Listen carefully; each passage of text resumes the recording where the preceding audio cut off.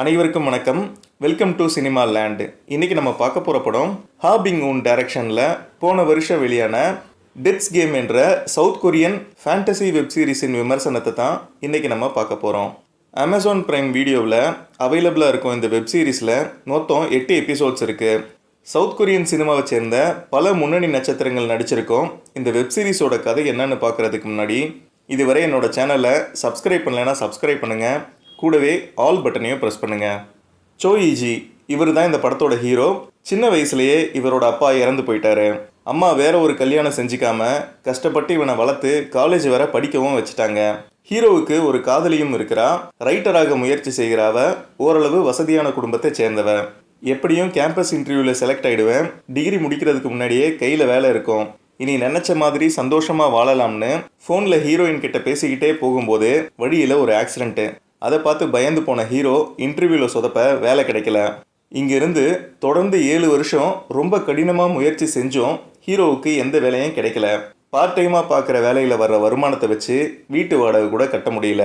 வேலையும் இல்லாமல் வருமானமும் இல்லாமல் வெறுத்து போயிருக்க ஹீரோவுக்கு ஒரே ஆறுதல் என்னன்னா ஹீரோயினை சந்தித்து அவ கூட கொஞ்ச நேரத்தை செலவழிக்கிறது தான். அதே மாதிரி ஒரு நாள் தன்னோட காதலியை பார்க்க போகும்போது அவன் வேற ஒருத்தன் கூட காரில் வந்து இறங்குறா. இதை பார்த்துட்டு அவளாவது சந்தோஷமாக இருக்கட்டும்னு லவ்வை பிரேக்கப் பண்ணிட்டு வீட்டுக்கு போகிறாரு ஹீரோ. வீட்டு வாடகை கட்டாததால் வீட்டில் இருந்த சாமானை ஹவுஸ் ஓனர் தூக்கி வெளியே வச்சிட்டான். அதே நேரம் சரியான மழை. தன்னோட பொருட்கள் எல்லாம் மழையில் நனைஞ்சதை பார்த்துட்டு ரொம்ப வருத்தப்படுற ஹீரோ இனி இந்த உலகத்தில் வாழவே வேண்டாம் என முடிவெடுத்து உயரமான ஒரு கட்டிடத்தில் இருந்து கீழே குதிச்சு தற்கொலை செஞ்சுக்கிறாரு. இறந்து போன ஹீரோ கண்ணை திறந்து பார்த்தா யமன் முன்னாடி நிற்கிறாரு.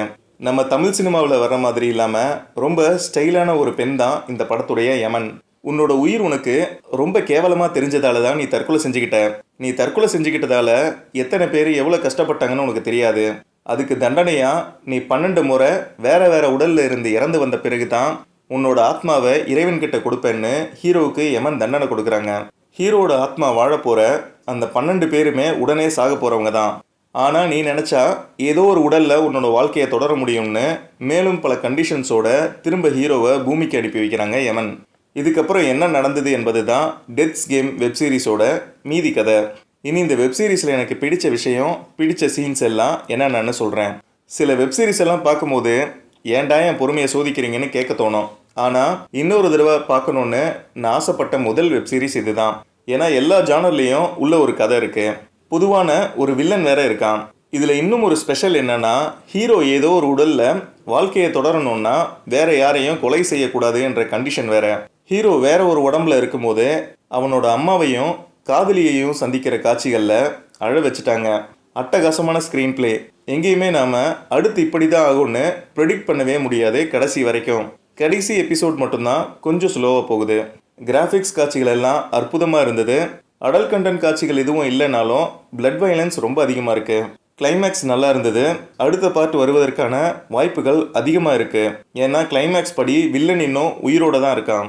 மொத்தத்தில் தரமான வெப் சீரிஸ். கண்டிப்பாக இந்த வெப் சீரிஸை பார்க்கலான்னு ரெக்கமெண்ட் பண்ணுறேன். மீண்டும் ஒரு நல்ல படத்தோடு உங்களை நான் சந்திக்கிறேன். இந்த வீடியோ உங்களுக்கு பிடிச்சிருந்தால் லைக் பண்ணுங்கள். மறக்காமல் என்னுடைய சேனலை சப்ஸ்கிரைப் பண்ணுங்கள். நன்றி, வணக்கம்.